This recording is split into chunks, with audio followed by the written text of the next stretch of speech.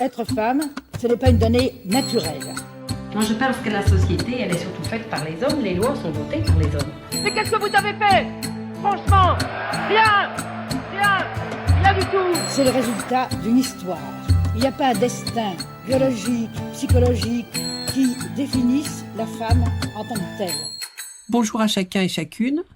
Je suis Jocelyne Adrian-Meptoul et je vous remercie d'être au rendez-vous du podcast Femmes engagées, produit et réalisé par Femmes du Monde et réciproquement, l'organisme basé à Paris qui s'intéresse aux droits des femmes à l'international et donne la parole à des femmes engagées aux quatre coins de notre planète.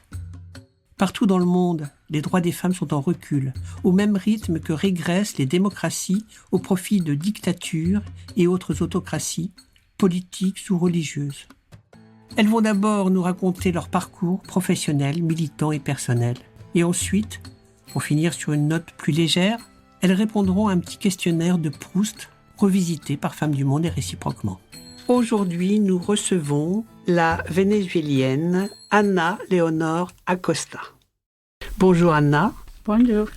Vous êtes actuellement la coordinatrice générale de la Coalition pour les droits humains et de la démocratie et vous êtes une avocate diplômée de l'Université Santa Maria. Vous avez fait des études en droit administratif, planification et budget public, négociation et persuasion. Vous avez été rapporteur du premier tribunal de contentieux administratif et procureur général de la municipalité de Chacao. Je prononce peut-être mal.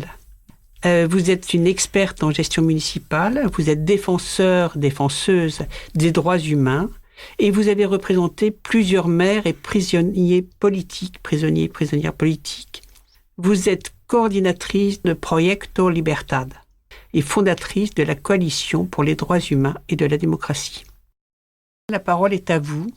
Nous sommes toutes oui, nous vous écoutons. Merci beaucoup pour l'invitation. C'est un honneur pour moi d'être ici aujourd'hui et de pouvoir réaliser cette interview avec vous. Moi, je viens de Venezuela, un pays magnifique, mais dont les institutions connaissent une crise importante depuis une vingtaine d'années. Avec le démantèlement de l'état de droit au Venezuela, on a vu comment l'exercice de nos droits civils et politiques peut nous être retiré. Ça a causé une grande crise humanitaire qui a poussé plus de 7 millions de personnes à quitter le pays, à migrer. Plus de 4 millions de personnes souffrent de la faim au Venezuela, dans un système qui prétend être démocratique, mais qui ne remplit pas les conditions ou les garanties nécessaires pour que l'on puisse dire qu'il s'agit réellement d'une démocratie ou d'un état de droit. Dès lors, on peut aussi dire que toute cette situation a engendré des violations des droits humains, des persécutions qui ont été condamnées par la communauté internationale et qui, aujourd'hui, ont provoqué non seulement une grande crise humanitaire, mais aussi une crise économique. Au Venezuela, le peuple est laissé dans l'ignorance la plus totale. On ne sait rien du budget national, mais en tout cas, il n'y a pas de développement économique majeur. L'année dernière, on parlait d'une inflation de 400% qui a créé une situation économique, sociale et politique très difficile avec une grande pauvreté et de nombreuses inégalités. Mentalement, ce sont des femmes et les enfants qui souffrent le plus de ces inégalités. Quel est le sujet principal pour lequel vous luttez dans votre pays et pourquoi vous apparaît-il prioritaire? La cause principale pour laquelle je lutte dans mon pays est la lutte pour la liberté. C'est notre motivation. Une liberté qui permet aux gens de s'épanouir, de vivre vraiment. Bien sûr, on évoquera dans un deuxième temps la justice. Mais si vous me demandez ce qui me motive le plus, je dirais la liberté du peuple. Nous, les Vénézuéliens, avons perdu une grande partie de l'espace dont on disposait pour exercer nos droits et nos libertés. Notre liberté d'expression, notre liberté rend ce pays meilleur, notre liberté de travailler. Cela a provoqué une répression par l'État de tous ceux qui demandent la justice, qui demandent la liberté et qui pensent différemment et créent une inégalité dans notre pays. dans le sens où si un citoyen n'obéit pas au système, il est réprimé. Autrement dit, on ne peut pas vivre librement. On ne peut pas avoir accès aux services. Dans mon pays, il y a des problèmes d'électricité. L'eau courante n'arrive pas au robinet. Il n'y a pas de bons transports publics. Il n'y a pas d'accès à l'éducation. Ainsi, tout cela fait que l'on perd progressivement nos libertés et ce qui est reflété par les prisonniers politiques vénézuéliens. Dans un pays démocratique où la justice règne, il ne devrait pas y avoir de prisonniers politiques. Et chaque fois qu'une personne ose s'exprimer pour revendiquer le droit et l'éducation, ou le droit d'avoir un salaire juste, aujourd'hui, le salaire au Venezuela tourne autour de $3 par mois, l'un des plus bas d'Amérique latine. Chaque fois que quelqu'un veut exercer ses droits, il est réprimé et emprisonné. Au Venezuela, nous parlons aujourd'hui de 292 prisonniers politiques, ce qui reflète la situation du pays et l'absence de liberté d'expression. Alors, je vais vous poser une question qui est plus spécifique à ce podcast, puisque ce podcast est fait par une association, enfin du monde réciproquement, qui est féministe. Donc, j'ai envie de vous demander si vous vous définissez comme une féministe. Si oui, pourquoi? Sinon, pourquoi? Eh bien, pour l'instant, je n'aime pas les étiquettes. Parfois, les étiquettes nous enferment dans certaines cases. Je préfère dire que je lutte pour l'égalité et pour les droits des femmes, plutôt que de dire que je suis féministe. Je sais que c'est un mouvement très important dont je respecte énormément le travail. Cependant, parfois, en mettant des étiquettes, on cherche à se distinguer alors que l'objectif est que toutes les personnes aient les mêmes droits. Et dans ce cas, que les femmes aient les mêmes chances et les mêmes droits que les hommes. Dans mon pays, la femme vénézuélienne est un pilier important de la société. C'est la femme qui se lève tous les jours pour travailler, qui s'occupe des enfants. C'est elle qui tire toute la famille vers le haut, qui travaille le mieux. Une femme qui surmonte toutes les difficultés et qui n'a absolument peur de rien. Mais il y a des inégalités et je lutte pour que ces femmes puissent avoir les mêmes droits que les hommes. Je ne me suis jamais sentie inférieure à un homme. Et je crois que c'est ce qu'il faut montrer. Ne pas présenter la femme comme une victime, mais comme une battante capable de surmonter n'importe quelle situation et d'aller de l'avant. Je pense qu'on est d'accord sur le fond. Merci pour cette première présentation. À présent, si vous le voulez bien, on passe au deuxième volet et nous allons aborder votre vie plus personnelle. Pouvez-vous nous parler donc de votre enfance, votre adolescence, votre jeunesse? En vrai, je dois reconnaître que j'ai une enfance très heureuse, dans une famille très unie. J'étais toujours avec mon père, ma mère, mes grands-mères, mes frères, dans un endroit très tranquille au Venezuela, entouré de nature. C'était vraiment la période la plus heureuse de ma vie, où j'ai construit mes relations, mes amitiés qui m'accompagnent toujours aujourd'hui. Et chacun d'elles a apporté quelque chose de très important dans ma vie. Puis l'adolescence, c'est la période avec le plus de changements, la plus rebelle de notre vie, car c'est le moment où l'on commence à chercher vraiment qui on est, qui suis-je. Et cette question, qui suis-je, m'a toujours hanté. Quel est mon objectif dans cette vie? Qu'est-ce que je veux être? Eh bien, je l'ai découvert à l'adolescence. Après, j'ai déménagé dans la capitale de Venezuela, Caracas. Et j'ai étudié pour devenir ce que je voulais être, avocate. Et votre vie actuelle? Je vis actuellement à Caracas avec mes 3 fils, 3 adolescents.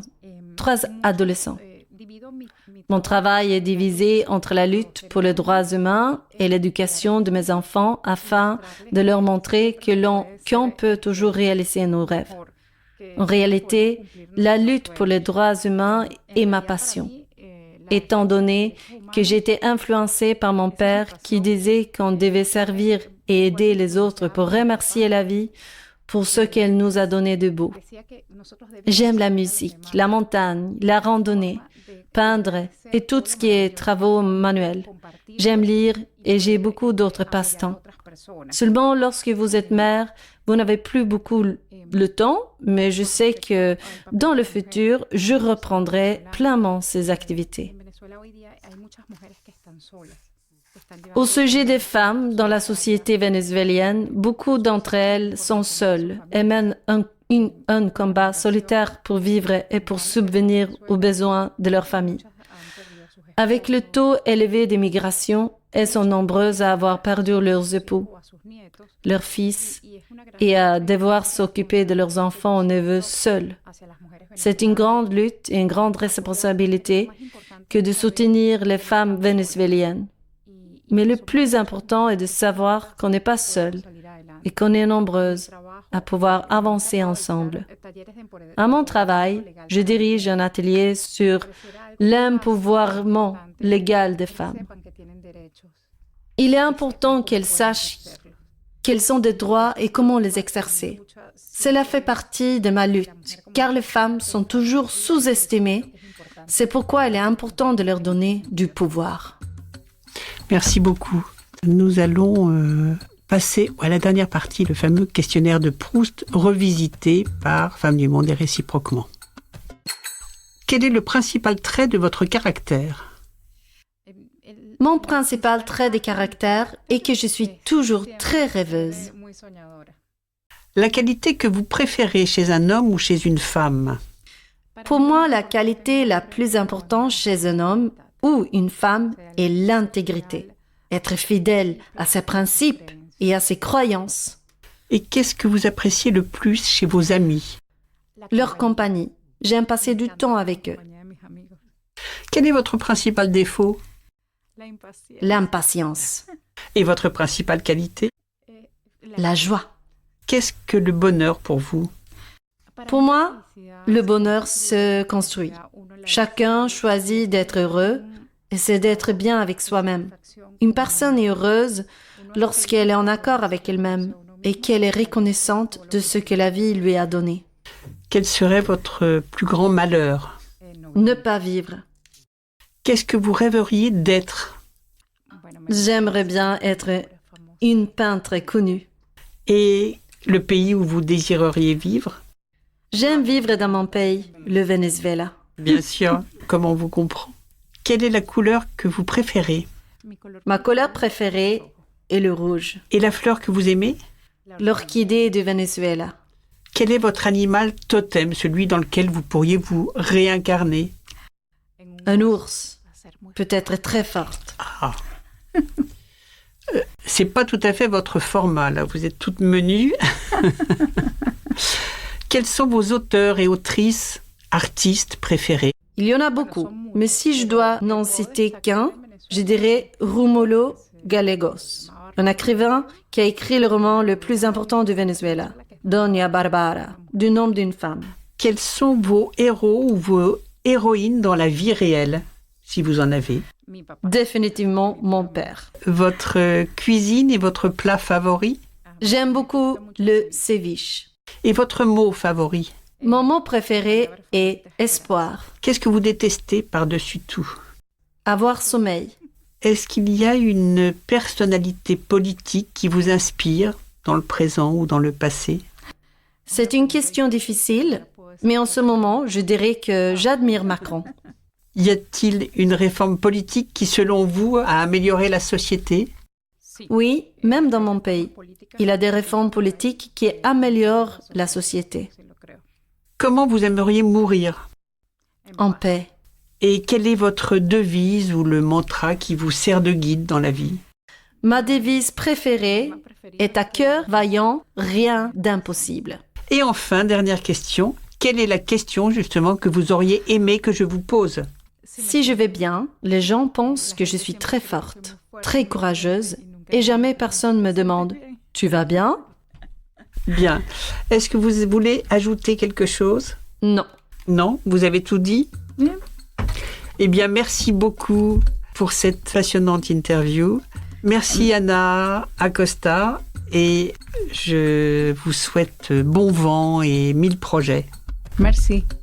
Vous venez d'entendre le podcast Femmes engagées, produit par Femmes du Monde et réciproquement, qui offre un micro aux femmes engagées partout dans le monde afin de faire entendre leur voix en toute liberté.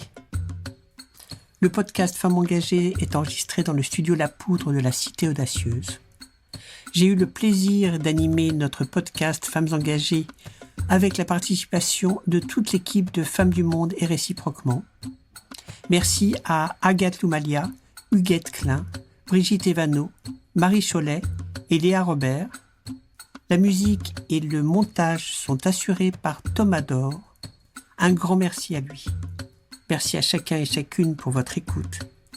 Et rendez-vous au prochain épisode. Être femme, ce n'est pas une donnée naturelle. Moi, je pense que la société, elle est surtout faite par les hommes. Les lois sont votées par les hommes. Mais qu'est-ce que vous avez fait? Franchement, rien du tout. C'est le résultat d'une histoire. Il n'y a pas un destin biologique, psychologique qui définisse la femme en tant que telle.